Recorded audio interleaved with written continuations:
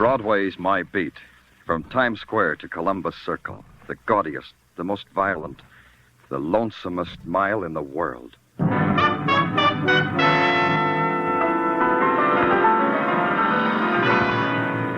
Broadway's My Beat, with Larry Thor as Detective Danny Clover.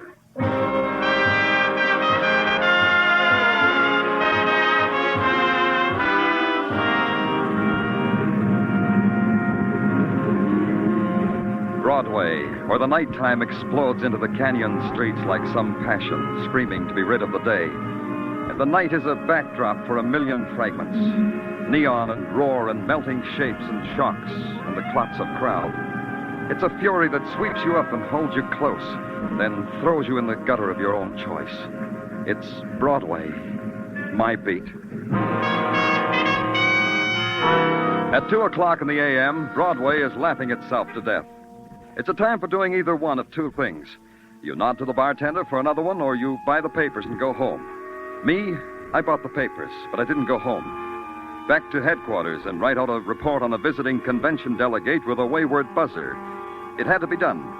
I owed it to the taxpayers, because the taxpayers had supplied me with a sergeant named Tartaglia. Them convention delegates never give up, do they, Danny? Nope, I never do.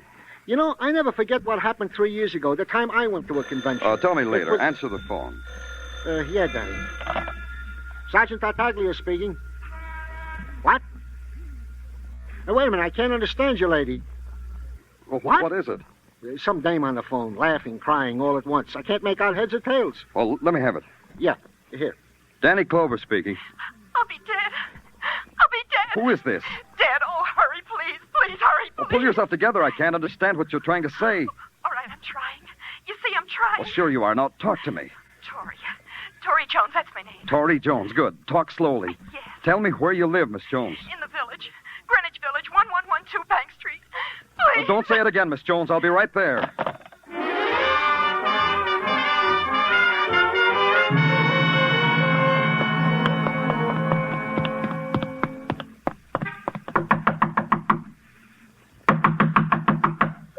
Go away. Let me in, Miss Jones. It's Danny Clover of the police.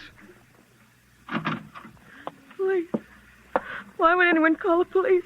Did someone call the police? You did, Miss Jones. What? What did you say? You phoned me and said you were in trouble, remember? That? I don't remember doing that. Get out of here! Get out of Easy, here! Miss Jones, easy. All you need to know is that I've come to help you. Do you hear me? Do you hear me, Miss Jones? Why do you do that? I didn't mean to be rough. I didn't mean that. I mean, why do you call me Miss Jones? Aren't you Tori Jones? No, I'm in there. The beautiful Tori Jones. The girl most likely. She's in there. Behind that door. Oh, want her now.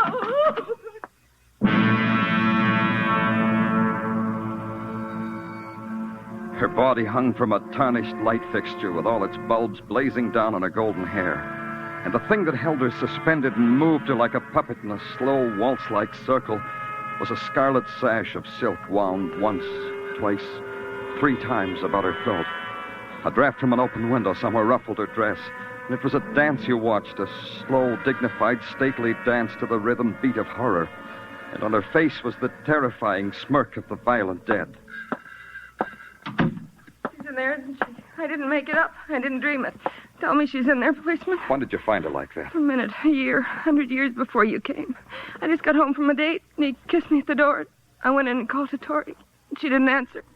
And I went into the bedroom to see if she was asleep. She wasn't. She was like that. Like that, with that horrible smile. You live here, then? I'm her roommate. Tori's roommate. I'm the plain one, Beth Stafford, the plain one. Tori called me about 15 minutes before I got here. Was she with anyone? Pull yourself together. Was she with anyone tonight? Can you tell me that? I don't know. Leave me alone. I don't know. I think she had a date. Tori always had dates. Every night of her life was a date. Where's she from? Who are her people? I never asked her. All we knew about each other is what happened to us in this room. The phone calls, the meals, the screaming you hold in. Where did she work? At Sterling Incorporated. She was a dress model there. Sterling Incorporated, huh? Okay. I'll want you to stay here, Beth. You won't go away. All right. I could send a doctor. Do you want me to do that? I'll be all right. Just get rid of that. And I'll be all right. Mr. Clover, Yes? girls like Tori always end like that. Don't they? Don't they, Mr. Clover?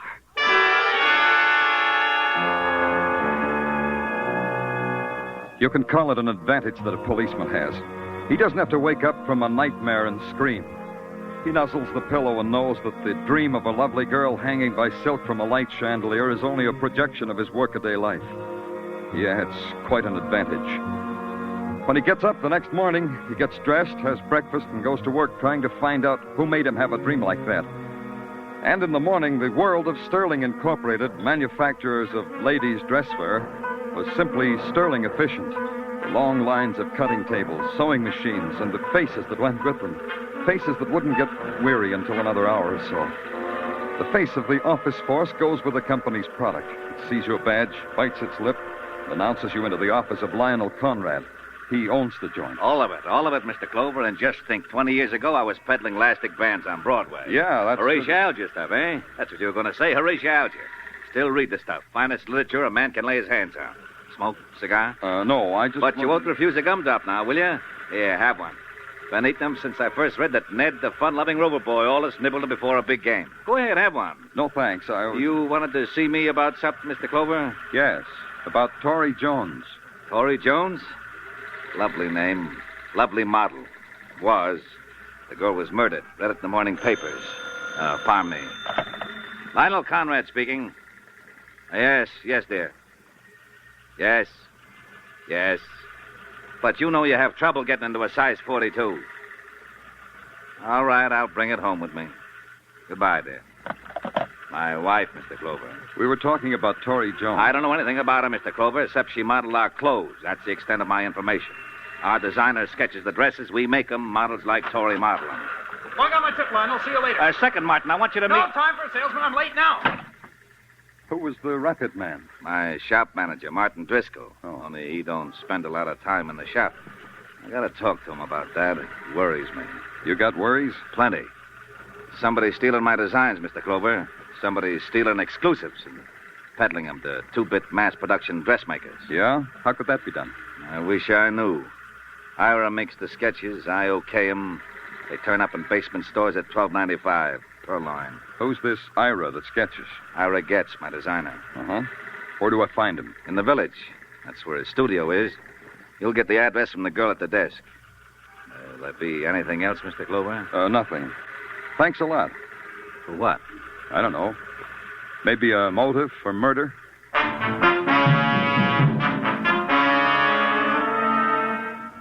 At the Greenwich Village studio of Ira Getz, a tired Venus in homespun linen, emerald toenail polish, and long chains of Indian silver that jingled, jangled, jingled, lifted a turquoise-studded hand, strangled a yawn, and in pure green print, told me Ira was having lunch at the Flamingo Cafeteria, only a pearl's throw away. She fell asleep while she was talking, so all I had left was the Flamingo Cafeteria. The Flamingo, 7th Avenue's haughty answer to the left bank. The delicate poets eating chopped herring like it was snails and wine. The girl athletes lobbing Freud and insults across their littered trays. And the fellow who's learning French off a phonograph record. You are looking for someone or something, mon ami? A man named Ira Getz. You know him? Do I know him, the gallant asked. Of course I know him. Who doesn't know Ira? He's working. Il travaille. Where is he? Over there, mon ami, at that table near the wall, surrounded by his usual coterie of sycophants. Oh, thanks. Il n'y a pas de quoi. Oh, I said it, Stephen, I said it. It's abysmal what Dolly is trying to do. Can you imagine acting like that about Picasso? Oh, that's ridiculous. Pardon me, are you Ira Getz? Don't interrupt while I'm talking. Dolly, stunning craftsman, but by what right... I'm Danny does he Clover of the presume- police, Mr. Getz. Maybe you want to talk to me, huh? Police? Fair weather sycophants, Mr. Getz. They needn't have left on my account. Maybe it's because we have nothing in common with the police. Nothing to talk about, Tori Jones, we could make conversation about her, couldn't we, if we tried? All I know about Tori is that I sketched her in things I created. This creating, it pays well? Well enough. What are you getting at? Your boss tells me your designs are being stolen. Does that bother you? As long as I get paid a living wage, nothing bothers me. Isn't that how it is all over? You could add to your income by selling your drawings twice to a competitor of Sterling Incorporated. Tori could have found out about it, and you could have... Murdered her? I don't think so. No. Converse some more, Mr. Clover. Were you ever out with Tori? No. It can be checked, Mr. Clover, was it? Who passes in your drawings at Sterling? Lionel Conrad? No, Martin Driscoll does that. As a matter of fact, I gave him my spring collection only a little while ago. Oh? Where is he now? Philadelphia, probably. Business trip. Don't look so sad, Mr. Clover. He'll be back in time to dress for the opera tonight. Anything else? No. Tell your coterie to come back, Ira. They'll love it. Now you're a martyr. It became a matter of routine. I grabbed a loose detective named Muggavan and gave him a detailed description of Martin Driscoll, planted him at Penn Station, and had him check all the incoming trains from Philadelphia. Muggavan was conscientious. He called in every 40 minutes with no word. He got sadder all the time. But at 5:40, there was a lilt to his voice. Driscoll was back in New York. In fact, he was in his apartment, and Muggavan was waiting outside. In 10 minutes, I was outside, too. Hi, Danny. Hi, is he still upstairs, Muggavan? No, that's him getting in that cab over there. The guy in a top hat, white gloves, and tails. Well, he's a little early for the opera. Mr. Driscoll! Mr. Driscoll! He didn't hear you, Danny. Maybe not. Thanks, Muggavan. Go home. I could have stopped him with my siren. I could have, but I didn't. If Mr. Driscoll were going to the opera, he was going too early, and he was going by way of the third act overture. His cab headed downtown and east toward Greenwich Village, so I followed. It swung into 8th Street. Me, too. Then it stopped in front of the studio of one Ira Getz. I passed it, parked a half block further down, and waited. A 2-minute wait, enough time for Driscoll and Getz to have a long handshake. Then I entered the doorway of the apartment house. It was that 2-minute wait that ruined everything. The shots came from Getz's apartment. When I got to the door, all I could hear was a lot of pain. I'm hurt. Yeah. Not too bad. Help me. What happened? I don't know. Ira and I were talking, and someone... See, through that open window. Somebody shot through. Yeah. Where's Ira Getz? There, at the piano. There. Aren't you going to call an ambulance for me? For Ira? We need help. Not Ira. Not anymore. He's dead.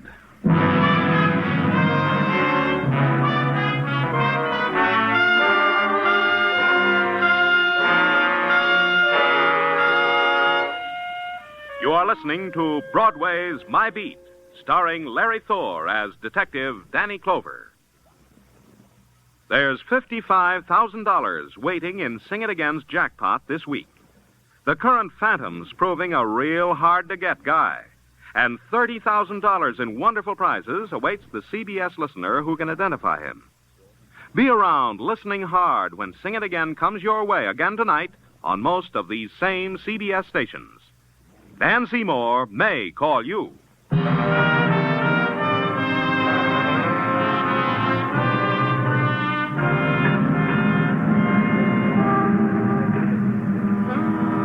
There's this about Broadway. It wants everything neat and in place. A word misspelled on a spectacular can stop traffic. A girl with a run in her nylons, likewise. The scream of the loudspeakers has to be adjusted, just so.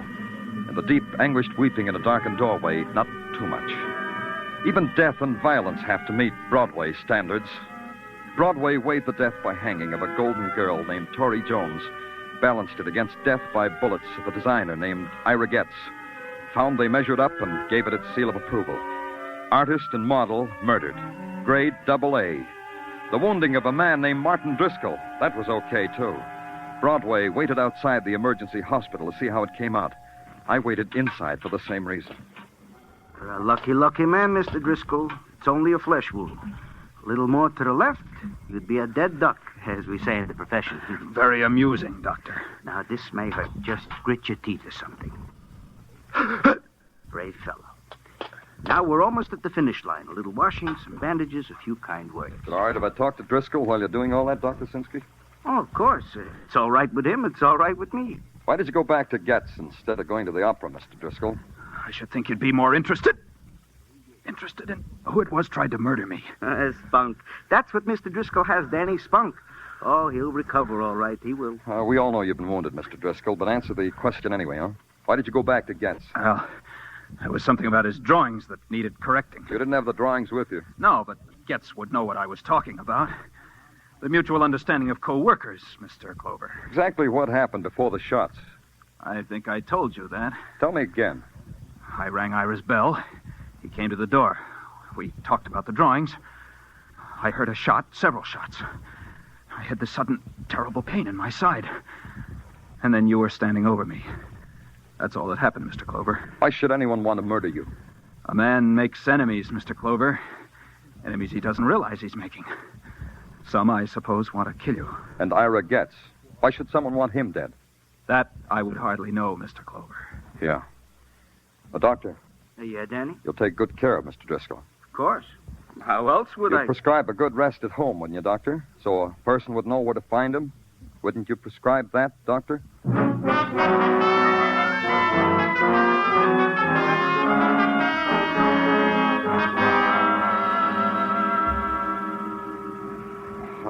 Confusing, huh, Tartaglia? It's a cookie. A what? What I'm holding under your nose, a cookie. Mrs. Tartaglia whipped them up on her mixmaster. A bagful. Have some, Danny. Everybody offers big goodies. Oh, yeah, thanks, Tartaglia. Real good. Danny, now that you have indulged yourself with Mrs. Tartaglia's confections, I myself have something to brighten up your otherwise drab day. Another cookie, Tartaglia? Just put the bag on the desk. Yeah, Danny. It's about the gun. Well, tell me about the gun. The gun which did in one Ira Getz was found in the bed. The bed of frozen geraniums, Danny, which was underground beneath said Ira Getz studio. Go ahead. The bullet, which also grazed the side of Martin Driscoll and was recovered from the woodwork, also was fired from said gun. Mm-hmm. Conclusion. The hand behind the gun that pulled the trigger that shot Ira Getz was also the hand behind the gun that pulled the trigger that nicked Martin Driscoll. Well, get off the dime, Tartaglia. What about prints? No prints. Wiped clean. Okay. Guns registry. Tell me about them. Foreign make. Probably a war souvenir. So? So, if it was war loot that was registered, we'll trace it. Well, like we're trying to do now. Was that all? That's all, Danny. That's the news from me to you. Great. You did a fine job on my otherwise drab day. Give me a squad car, Tartaglia. Yeah. Can I have my cookies now? Well, didn't you hear me? Give me a squad car.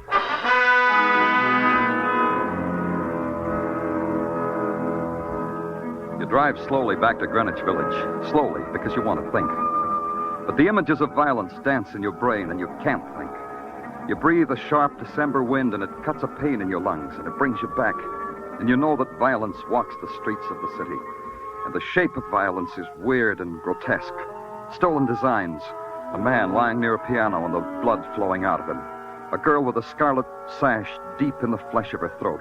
And finally you're there to talk to a hysterical girl.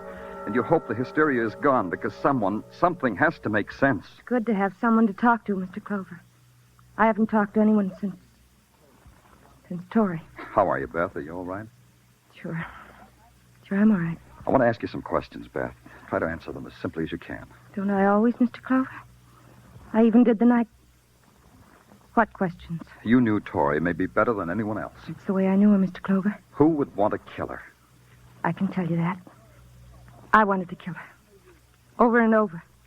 How many times I've wanted to do that. Over and over. Why, Beth? Look at me, Mr. Clover. Look at me. Isn't it plain? Isn't it? Go on, Beth. Let it spill out, all of it. Everything I ever wanted, she had. It's like in the movies, isn't it? The Princess and the Ugly Duckling. Clothes, presents, men. Men who called for her, took her out, showed her a good time. What men, Beth? Oh, big men, important men. Like who? Like... I'm not going to keep it back any longer. I don't owe him anything. He never even looked at me. He called for Tori, and I might as well have been the rug or the floor. He never even looked at me. Who, Beth? Why, Lionel Conrad, president of Sterling Incorporated. Even the night Tori was... He hardly spoke. Conrad took Tori out the night she was murdered? Yes. It's all right if I tell you that, isn't it, Mr. Clover? I don't owe him anything now, do I? Where's your phone, Beth? Over there, under the doll. What'll they do to him, Mr. Clover? Sergeant Tartaglia speaking. Danny Tartaglia. Get Lionel Conrad. Bring him to my office, quick. Got that? Yeah, Danny. Lionel Conrad, your office. Quick. Got it.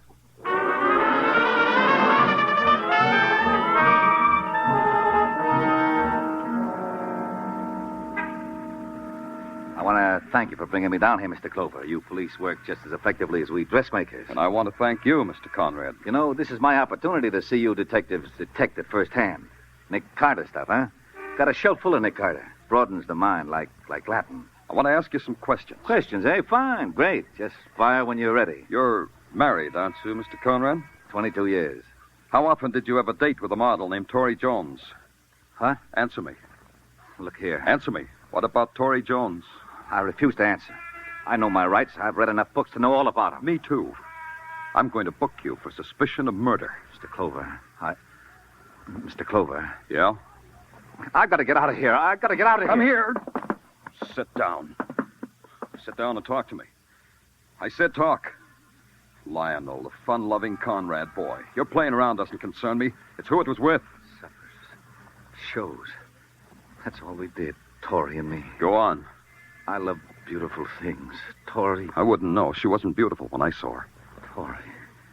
Tori dead. Yeah. Who did it? Who did it, Mr. Clover? Did you? Beautiful. Once she kissed me. Why didn't you tell me about Tori before? I couldn't. Don't you see? Nobody likes to get mixed up in a murder, Mr. Conrad. Not even a murderer. My wife, my business. Yeah. No other way to say it, I guess. Your wife, your business. The whole thing. 22 years. A mess. I didn't kill her. Maybe. Sure, I can understand why you didn't come to us. As a human being, I can understand that. But I'm a cop. And right now, you're in a lot of trouble. Right now... Yeah, Tartaglia, what is it? More news, Danny. What's on your mind? Come on. We traced the gun. To whom? To this guy right here, to Lionel Conrad. Book him. Let me tell you something. Book him for murder. Call the DA The and... gun was stolen. It was stolen from me. Get him out of here, Tartaglia. He's for the DA. Come on, you. But the gun was stolen. I didn't do it. I didn't. Why didn't you tell us about the gun? Because of what you're doing to me now, accusing me of murder. What are you trying to say? I knew it was my gun that killed Ira. The description of it was in the newspaper. Why shouldn't I have kept quiet about it? My fingerprints were on it. I haven't got a chance. Come on, mister. Let's go. Hold it, Tartaglia. What? Bundle Mr. Conrad up and put him in a cab. Send him home, Tartaglia, and charge it to the police department. Now get out of my way.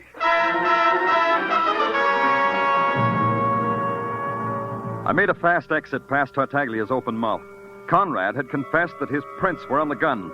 His confession saved him. The gun had been wiped clean before the murder, because the killer didn't have time to do it after the murder. And that added up to my last call. When I got there, Detective Muggerman was being part of the street scene. He was heaving snowballs at a snowman. I brought him inside the apartment house where it was warm. Danny, I've been watching him all day like you told me. He just came in a little while ago. Yeah.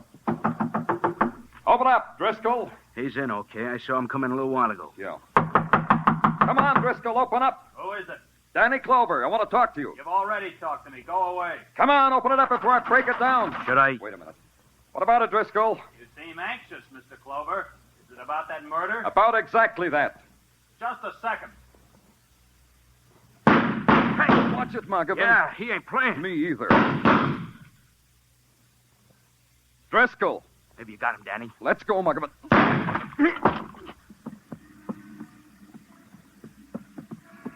Hey, the window's open over there. Yeah, the fire escape.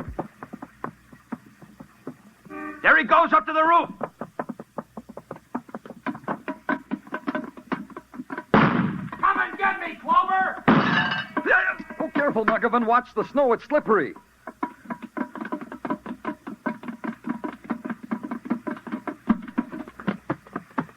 There he goes, Danny, near the chimney. I missed him. You can't get away, Driscoll. Come on out with your hands up. Cover me, Muggerman. Yeah. I'm coming after you, Driscoll. Come on! You coming, Driscoll? You coming? Well, Driscoll? Okay, Mr. Clover. Okay. Okay, Driscoll, now we'll talk. Talk away, Mr. Clover, talk away. It isn't finished between you and me. Not finished! Easy, Driscoll, easy. I want you to hear when I talk. Every word, every word. That's good, Driscoll. Let's keep it that way. I'll kill you yet, filth. Like you killed Tori Jones, like you knocked her out and hung her by the throat. You're dribbling at the mouth, Mr. Clover. You waited for her, didn't you, Driscoll? You saw Conrad leave and you waited. And she saw you and called me. Then you walked in and murdered her. Why would I do that, Mr. Clover? Why? There has to be a motive in murder, doesn't there, Clover? I got that, too. You killed her because you knew. She knew you were stealing the designs and peddling them to Conrad's competitors. That was easy for you, wasn't it, Driscoll? The important man, the loyal employee, the manager. You left out a thing, Clover. Who tried to kill me? Who tried to murder me? The man who shot Ira Getz. That was you. I think you're insane, Clover. You asked someone in the office who I was, so you knew it was a policeman tailing you to Getz's apartment. So you killed Getz because he wanted in on your little larceny. And then you shot yourself and heaved the gun out the window. How do you know that? Because you wore gloves to go to the opera. Only you wore the gloves to hold a gun to kill a man. That's why there were no prints on the gun. None at all. It's a tricky one, huh, Danny? Yeah. Yeah, that's how it was, Mr. Clover. Exactly. Put the cuffs on him, Muggavan. I don't want to hold him anymore. He makes my hands dirty. Okay, Danny. Hey, let go of me, Driscoll. Let go. If you try to shoot me, officer, you'll kill your detective, too. Danny, he's right. I can't get at him. Driscoll. All right. I'll let go. Catch me, Mr. Clover. Catch me. Let's get him, Muggavan. Driscoll, what?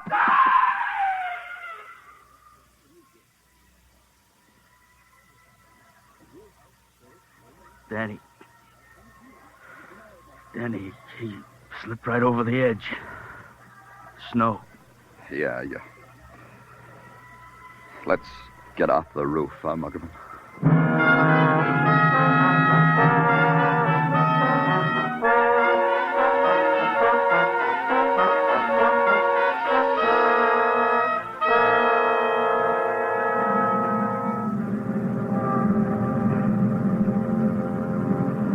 In the midnight cold, Broadway is a wasteland. A wasteland that echoes with sounds you hear where there's only darkness, where there's no sun. People pass you and you touch. And you look down and there are fingers of dust on your shoulder. It's phantom, but it's real. It's Broadway. The gaudiest, the most violent, the lonesomest mile in the world. Broadway, my beat.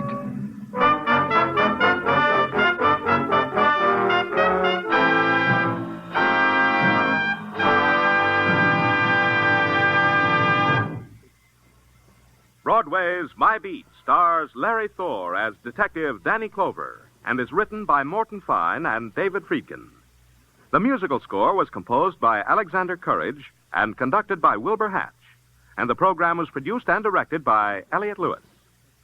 The cast tonight included Charles Calvert, Michael Ann Barrett, Virginia Gregg, Ed Begley, Elliott Reed, Jay Novello, and Jack Crucian.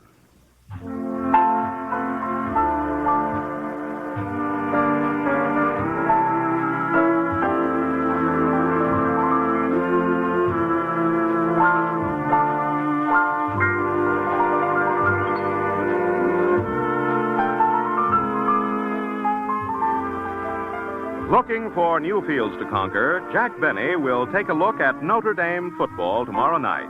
For Notre Dame's brilliant coach, Frank Leahy, will be Jack's guest. And who knows, Jack may end up as Nickelback next season. Mary, Dennis, Don, Phil, and Rochester will also be in the lineup. So don't miss Jack Benny's show with Frank Leahy as guest on all of these same CBS stations tomorrow night. Stay tuned now for Sing It Again, which follows immediately on most of these same CBS stations. The Sing It Again gang will be here with famous tuneful riddle songs that total up to $55,000 in prizes.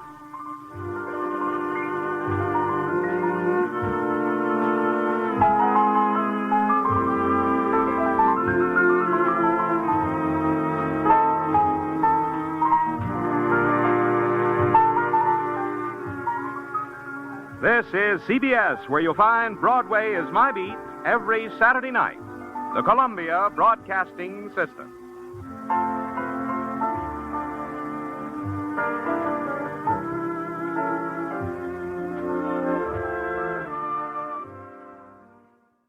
This has been a RadioClassics.com presentation. Programs are copyright their respective owners. All rights reserved.